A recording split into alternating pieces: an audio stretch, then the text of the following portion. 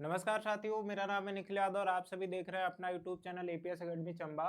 जहां पे आपको पिछले सेशन में मैंने आपको ज्योग्राफी के इंपॉर्टेंट एमसीक्यूज कराना स्टार्ट किया था, जिसमें मैं आपको टोटल 40 एमसीक्यू प्रोवाइड किया था। इसके अलावा साथ में मैं आपको इकोनॉमिक्स के भी क्वेश्चन प्रोवाइड किया था और आपने उसको देखा होगा और मैंने देखा कि उसका काफ़ी ज़्यादा अच्छा रिस्पॉन्स था, तो हमने इसको दोबारा से स्टार्ट किया है और हम क्या करेंगे, इसी तरीके से इस क्वेश्चंस को आगे प्रैक्टिस करते चले जाएंगे। और याद रखिएगा यहाँ पे हम क्या करेंगे, यहाँ पे इस क्लास में आपको बाइलिंगुअल तो नहीं मिला, लेकिन अगले क्लास से हम आपको जो जितने भी आपके क्वेश्चन हैं सारे आपको बाइलिंगुअल मिल जाएंगे। यानी जो भी आपको जिनको भी इंग्लिश में यहाँ पे प्रॉब्लम होगी अरे हिंदी समझने में, तो वो उसको भी वहाँ पे देख लेंगे। तो हम क्या करते हैं, ज्योग्राफी वाला ये सेक्शन है और इसमें हम 40 एमसीक्यू को प्रैक्टिस करने वाले हैं और देखने वाले हैं बिल्कुल डिटेल में। और एक चीज, जितनी भी चीजें मैंने आपको पढ़ा रखी हैं ये सारे क्वेश्चन आपके वहीं से हैं। तो अगर आपने अभी तक वो चीजें नहीं पढ़ी हैं, कॉन्सेप्ट का साथ में थ्योरी वाला, तो आप जा करके उसको देखिए ताकि आपको किसी भी प्रकार की कोई दिक्कत ना आए। क्योंकि थ्योरी अगर आपको आती रहेगी, कॉन्सेप्ट आपको पता रहेगा, तो आप कई सारे क्वेश्चंस को इजीली कर पाओगे। तो हम यहाँ पे शुरुआत करते हैं इसका, ये दूसरा वीडियो है, इसको ध्यान दीजिएगा। क्या बोल रहा है कि पहला क्वेश्चन है कि भारत में सबसे अधिक विद्युत उत्पादन किस स्रोत से होता है। मतलब कि भारत के अंदर मैं बात करूं कि जो विद्युत है, जो आपका इलेक्ट्रिसिटी है, ये सबसे ज्यादा उत्पादित किस तरीके से की जाती है। तो आपको पता है कि भारत के अंदर बहुउद्देशीय परियोजनाएं बनाई गई थी, जिसका एक मेन पर्पज ये भी था कि हम क्या करेंगे वहां पे, उससे हम विद्युत का उत्पादन करेंगे। तो ये आपने वहां पे समझ रखा था।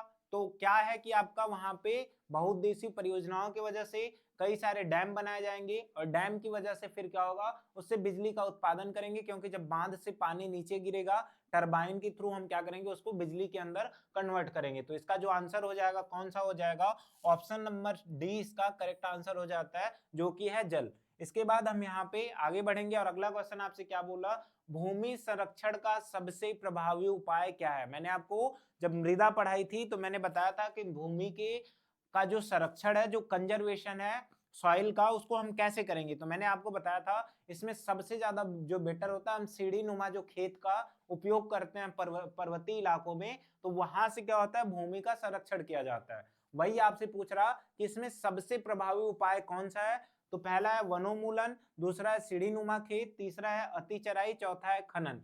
तो आपको याद रखना है इसका जो आंसर होगा वो कौन सा होगा, ऑप्शन नंबर बी इसका करेक्ट आंसर हो जाएगा। यानी कि सीढ़ी नुमा खेत आपने पर्वतीय इलाकों में देखा होगा कि बनाए जाते हैं, क्योंकि उसमें होगा क्या कि जो मिट्टी का कटाव है वो काफी ज्यादा कम होता है, मृदा का जो अपर्दन होता है, जो क्षरण होता है, वो काफी ज्यादा कम होता है। तो यहाँ पे आंसर हो जाएगा ऑप्शन नंबर बी। आगे बढ़ेंगे अगले क्वेश्चंस की तरफ। भारत में सबसे अधिक विद्युत उत्पादन किस स्रोत से होता है। दोबारा से वही क्वेश्चन है, आप यहाँ पे क्वेश्चन आंसर नंबर डी कर लीजिएगा। इसके बाद झूम खेती किस प्रकार की खेती है। झूम खेती के बारे में मैंने आपको बताया था, शिफ्टिंग कल्टीवेशन के बारे में मैंने आपको बताया था कि इसको हम किस तरीके से करते हैं। तो मैंने आपको बताया कि उसमें हम जंगलों को जला करके उसका जो राख बनेगा जो भूमि पे पड़ेगा और उसके बाद वो भूमि आपकी उपजाऊ हो जाएगी। इस तरीके की चीजें मैंने आपको बताई। और मैंने ये भी बताया कि जो झूम कृषि है उसका अलग अलग जगह पे अलग अलग नाम से बुलाया जाता है। जैसे दीपा हो गया, पामलो हो गया, झूम हो गया, ये सब बेबर हो गया, ये सब मैंने आपको बता रखा था। तो मैंने वहां पे एक और बात बताई थी कि इसको हम किस नाम से जानते हैं। तो मैंने वहां पे बताया था क्या, प्रारंभिक जीविका निर्वाह कृषि। क्या बताया था, प्रारंभिक जीविका निर्वाह कृषि। इसके अलावा एक और आपको मैंने यहाँ पे नाम बताया था इसका, वो क्या था, तो उसको बोलते हैं कर्तन दहन प्रणाली, और इंग्लिश में सबको कहते हैं क्या, शिफ्टिंग कल्टीवेशन, कर्तन दहन प्रणाली। ये बात आपको ध्यान देनी है। तो होता क्या है यहाँ पे, ये इसके अलग अलग नाम हो गए, इसी को एक और नाम से जानते हैं जिसको हम बोलते हैं आदिम निर्वाह कृषि।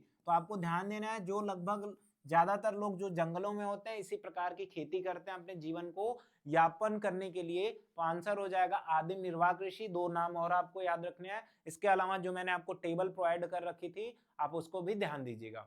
तो फिर यहाँ पे बढ़ते हैं अगले क्वेश्चंस की तरफ। क्या दिख रहा है आपको, गंगा का मैदान किस भू आकृति प्रक्रिया से बना है। मैंने आपको अलग अलग प्रकार के भारत के फिजिकल डिवीजन पढ़ा रखे हैं, जिसमें हिमालय, उत्तर भारत का मैदान, साथ में आपका थार मरुस्थल, आपका पठार, तटीय प्रदेश, साथ में आपका द्वीपीय देश, इसके बारे में मैंने आपको बताया था। तो याद रखिएगा गंगा का जो मैदान है मैंने बताया कि वहां पे कई सारी नदियां आती हैं, और जब नदियां आएंगी तो वो अपने साथ कुछ कह सकते हैं निक्षेपण के तौर पे लेके आएंगी और उसको निक्षेपित कर देंगी, यानी वहीं पे छोड़ देंगी। तो होगा क्या, उससे एक मैदान बनेगा, जो वहां पे मिट्टी पाई जाएगी, जलोढ़ मृदा पाई जाएगी। इसके अलावा वो जो मिट्टी होगी काफी ज्यादा उपजाऊ होगी, जिसकी वजह से वहां पे जनसंख्या ज्यादा निवास करेगी। ये सारे पॉइंट्स मैंने ऑलरेडी आपको बता रखे हैं, तो आपको ध्यान देना है। इससे होगा क्या, इसमें नदियों के निक्षेपण की वजह से ये मैदान बनता है। तो कौन सा आंसर हो जाएगा सर, इसमें निक्षेपण से ये मैदान आपके बनते हैं। ऑप्शन नंबर 20 का करेक्ट हो जाएगा।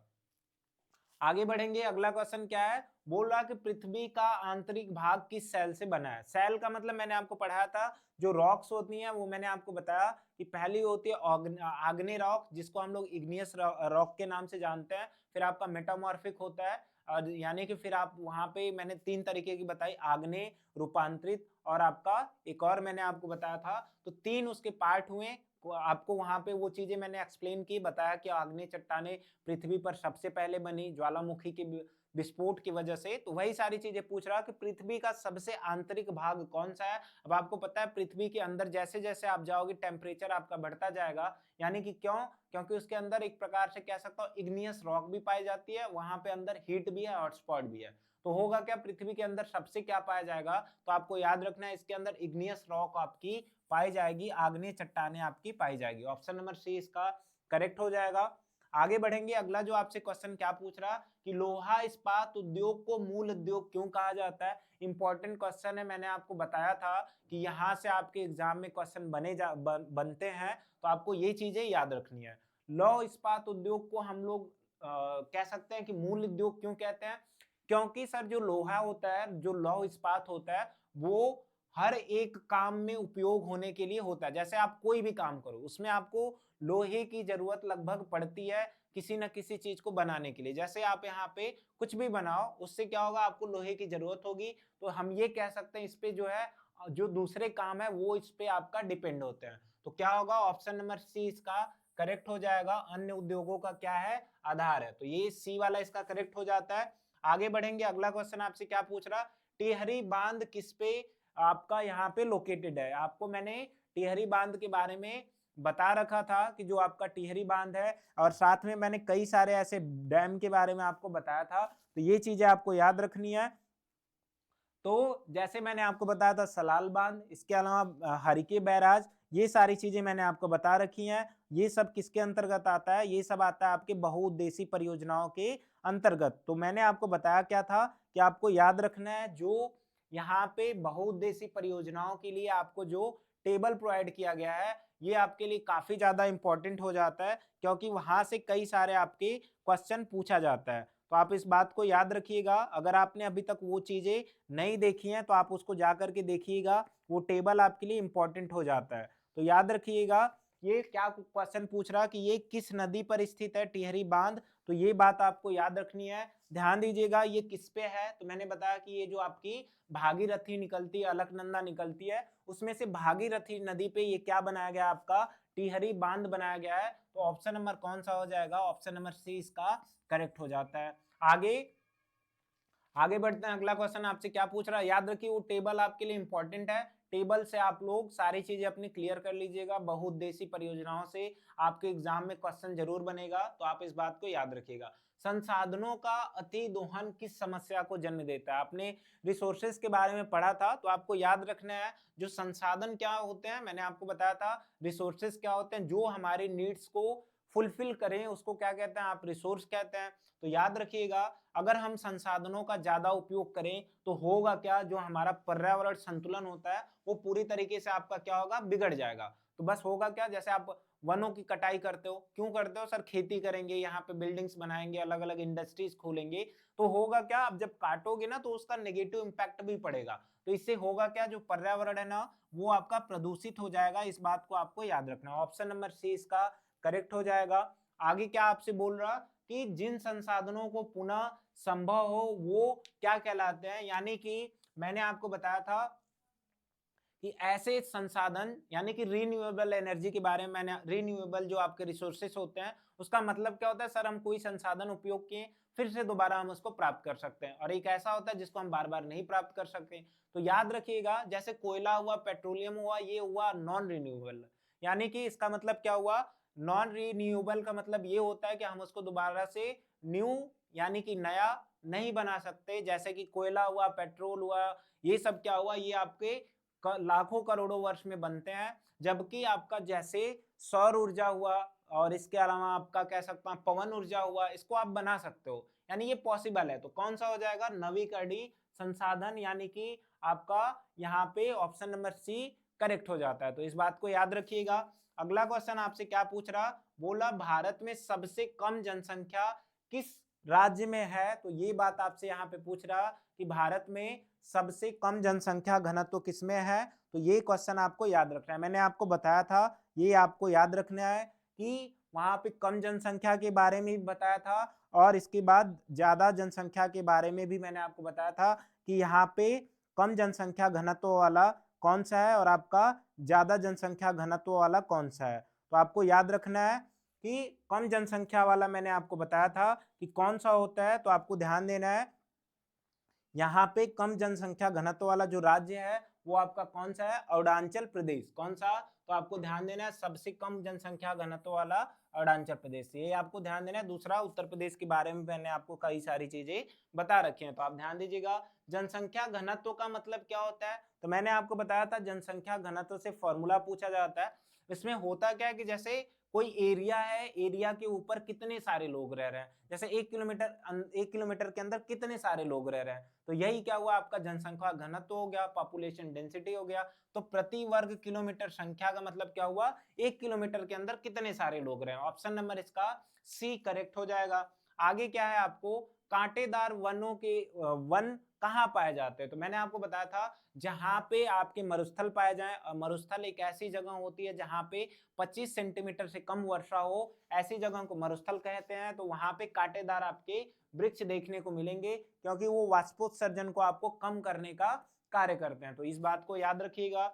अगला क्वेश्चन क्या पूछ रहा, मैंग्रोव वन किस ज्वार भाटा क्षेत्र में आते हैं। तो मैंने आपको बताया था जो आपको मैंग्रोव वन पाए जाते हैं वो कहाँ मिलेंगे, वो आपको तटीय इलाकों में मिलेंगे। तो आपको यहाँ पे आंसर मिल जाएगा कौन सा, ऑप्शन नंबर सी इसका करेक्ट हो जाएगा। सुंदरवन के बारे में आप लोग यहाँ पे जानते हैं। तो इंपॉर्टेंट है, आप सारे इन पॉइंट को जो मैं एक्सप्लेन कर रहा है इस पे आप ज्यादा फोकस करो, सुनने की ज्यादा फोकस करो, क्योंकि अगर आप सुने रहोगे ना तो एक क्वेश्चन नहीं, आपके यहाँ से कई सारे क्वेश्चन का आंसर मिल जाएगा। तो इस बात को याद रखिएगा। अगला क्वेश्चन आपसे क्या पूछ रहा है, वन्य जीव संरक्षण अधिनियम कब आपका लागू हुआ था। तो मैंने आपको क्या बताया था कि वन्य जीव संरक्षण अधिनियम एक प्रकार का ऐसा अधिनियम था जो कि 1972 में लागू हुआ।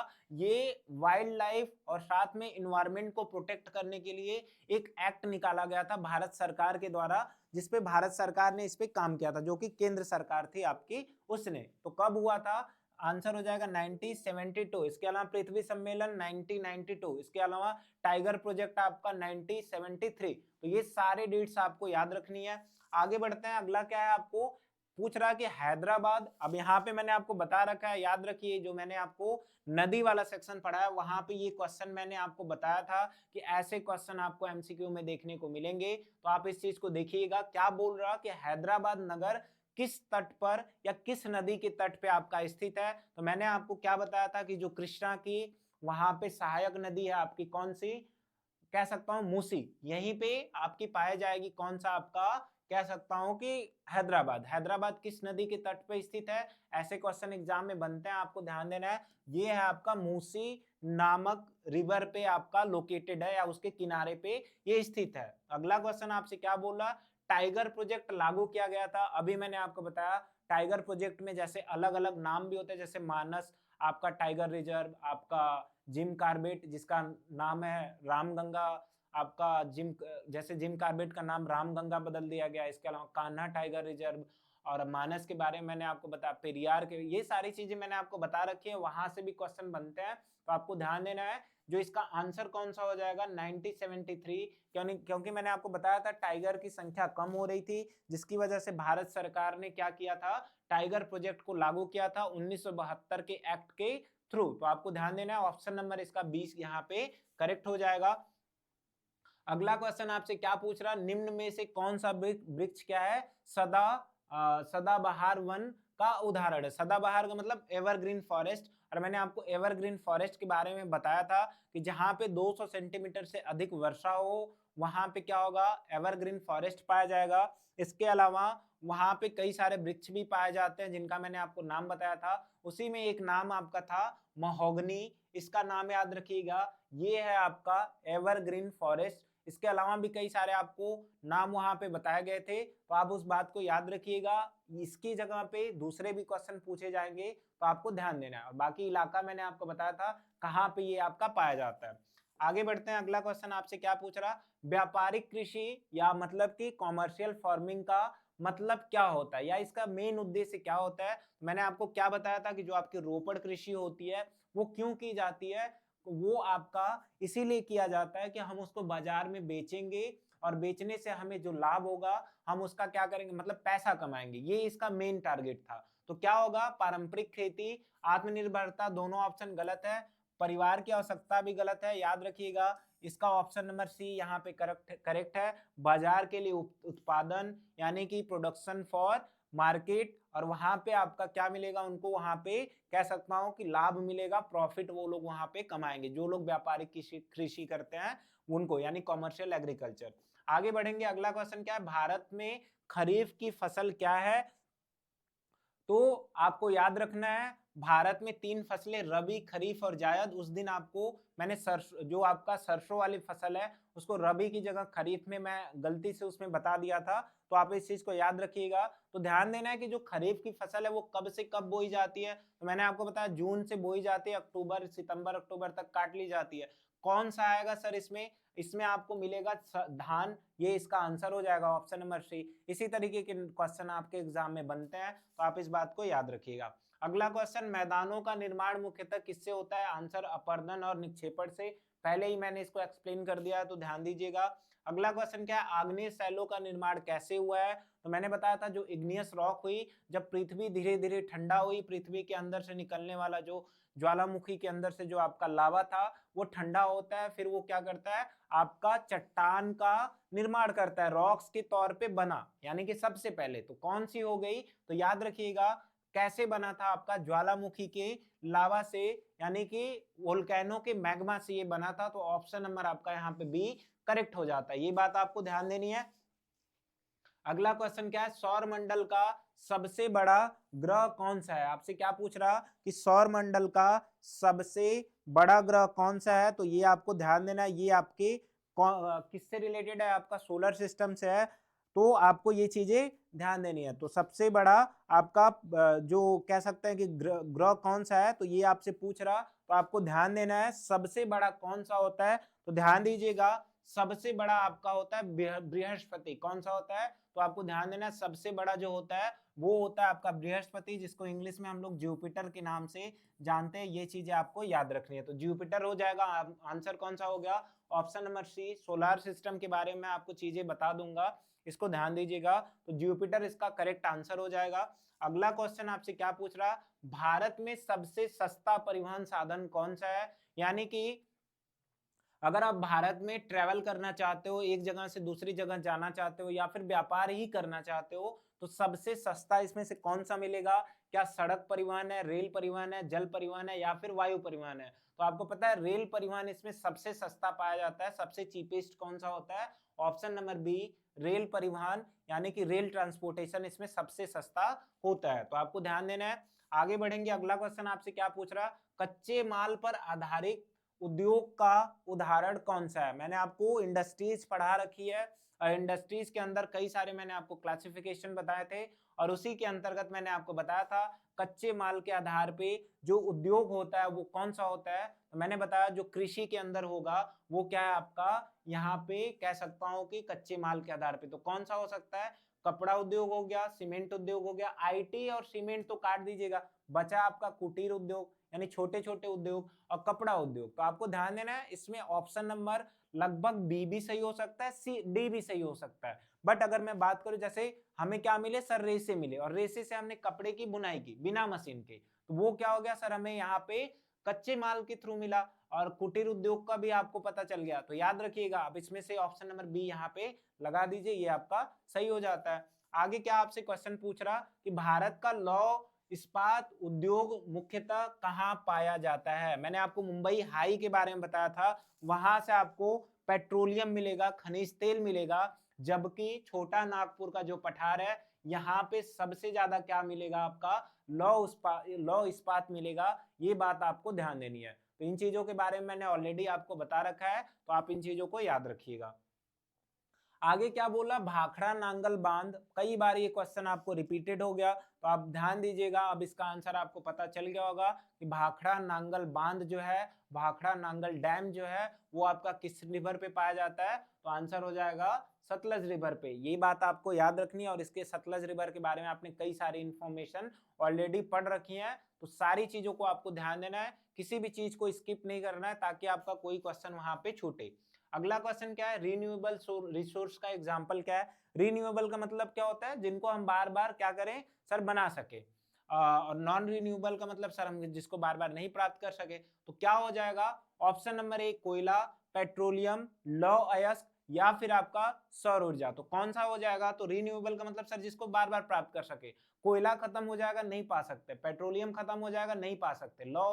लोहा जो आपका जमीन के अंदर से निकाला जाता है खत्म हो जाएगा, तो नहीं पा सकते, क्योंकि उसको बनने में लाखों करोड़ों वर्ष लगते हैं। जबकि सौर ऊर्जा है, इसको हम बना सकते हैं। तो ऑप्शन नंबर सी इसका करेक्ट हो जाएगा, सोलर एनर्जी इसका आंसर हो जाएगा। इसके बाद हम यहाँ पे आगे बढ़ेंगे तो देखेंगे कि अगला क्वेश्चन आपसे क्या पूछ रहा, भारत में सर्वाधिक जनसंख्या वाला घनत्व वाला राज्य कौन सा है। तो आपको पता है अभी भी उत्तर प्रदेश है, और उस टाइम पे भी आपका उत्तर प्रदेश है, क्योंकि यहाँ की जनसंख्या काफी ज्यादा है। तो आंसर हो जाएगा ऑप्शन नंबर ए इसका करेक्ट हो जाएगा। ये बात आपको याद रखनी है, 2011 की जनगणना के अकॉर्डिंग हुआ है, तो ये बात आपको याद रखनी है। आगे हीराकुंड जो बांध है, हीराकुंड जो डैम है, ये आपकी लंबाई कितनी है और साथ में किस नदी पे है। तो आंसर नदी के बारे में मैंने आपको बता रखा है।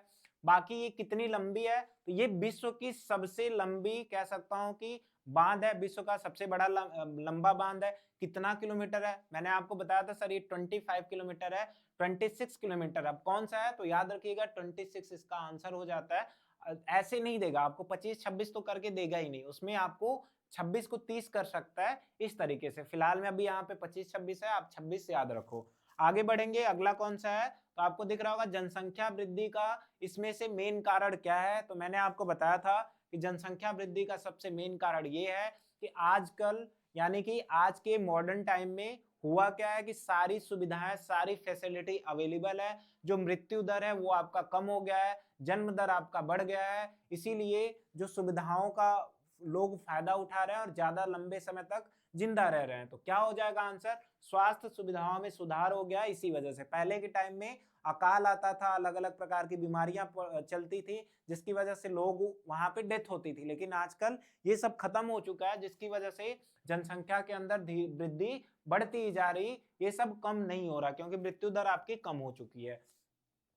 आगे क्या पूछ रहा अगला क्वेश्चन आपसे ये पूछ रहा कि सुंदर वन किस प्रकार के वनों का उदाहरण है। तो आपको ध्यान देना है, मैंने आपको बताया था जो सुंदर वन है वहां पे कई सारे मतलब आपके मैंग्रोव पाए जाते हैं, क्योंकि ये आपके जल के तटीय इलाकों में स्थित है, पश्चिम बंगाल के पास है। विश्व का सबसे बड़ा डेल्टा भी इसी नाम से है। तो क्या आंसर हो जाएगा, तो आपको ध्यान देना है सुंदर वन कैसा वन है। तो आपको पता है कि ये आपका मैंग्रोव वन है, क्योंकि पर्वतीय, शंकुधारी, मरुस्थली ये तो बनेंगे नहीं, ये आपको ध्यान देने हैं।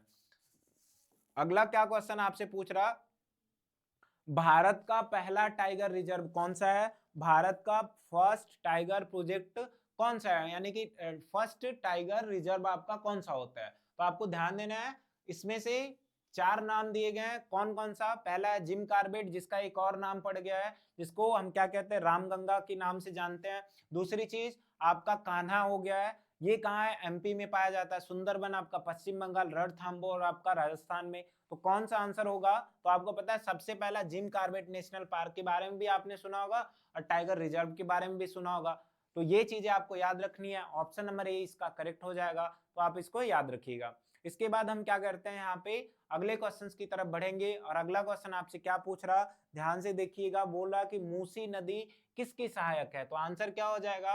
अभी मैंने बताया कि मूसी नदी पे आपका कौन सा राज्य या फिर कह सकते हैं कौन सा शहर आपका लोकेटेड है। तो आपने यहाँ पे देखा कि मूसी नदी पे कौन सा है, तो ध्यान से देख लीजिएगा। मूसी नदी पे आपका हैदराबाद है। इसके अलावा ये किसकी सहायक नदी है? तो आपको दिख रहा होगा, मैंने बताया कि ये आपका कृष्णा की सहायक नदी है। ऑप्शन नंबर बी इसका करेक्ट हो जाएगा। ऐसे ही सहायक नदियों से आपसे कल भी मैंने आपको क्वेश्चन बताया था कि जो सोन नदी है या केन नदी है या फिर आपका बेतवा है, किसका आपका यहाँ पे कह सकता हूं कि आपका ट्रिब्यूटरी है, सहायक नदी है। तो इस तरीके से यहाँ पे भी आपसे पूछा गया।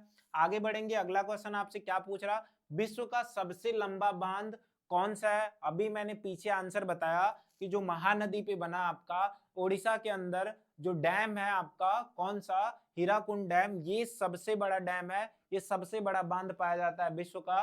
तो क्या आंसर हो जाएगा? हीराकुंड डैम, यानी कि हीराकुंड बांध। ये आपको याद रखना है, इंपॉर्टेंट है, क्वेश्चन बनते हैं तो आपको ये चीजें ध्यान देनी है।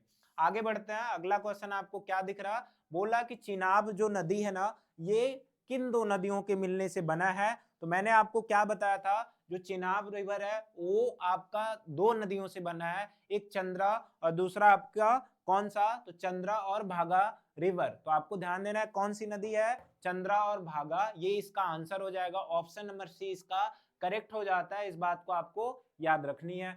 आगे बढ़ेंगे, अगला क्वेश्चन आपसे क्या पूछ रहा, तो क्वेश्चन आपसे पूछ रहा कि भारत में चिनाब नदी पर स्थित प्रमुख जल विद्युत योजना कौन सी है? तो ये मैंने आपको टेबल के थ्रू ये भी करा रखा है। टिहरी भी मैंने आपको बता दिया, किस पे, भागीरथी पे। सलाल अभी आपको बता दूंगा। इसके अलावा हीराकुंड भी बता दिया और भाखड़ा नांगल भी बता दिया। यानी चारों ऑप्शन के अब आपको आंसर पता है कि कौन सा किस रिवर पे है, क्योंकि आपने टेबल पढ़ रखी है। और अगर आप नहीं पढ़ रखे हो तो आपसे ये आंसर नहीं होने वाला है, इस बात को आपको याद रखना है। तो कौन सा हो जाएगा सर? सलाल परियोजना जो है ना, ये आपका चिनाब रिवर पे है, तो ये आपको ध्यान देना। साथ में चिनाब जो है वो सिंधु की सबसे बड़ी सहायक नदी है, ये भी आपको बात याद रखनी है। आगे कुछ और क्वेश्चन है, देख लेते हैं। झूम कृषि को स्लैश एंड बर्न एग्रीकल्चर या शिफ्टिंग एग्रीकल्चर के नाम से क्यों जानते हैं? शिफ्टिंग कल्टीवेशन का मतलब सर वो एक जगह से दूसरी जगह शिफ्ट भी होती है, दूसरी मतलब कि एक कुछ टाइम एक जगह फिर दूसरी जगह।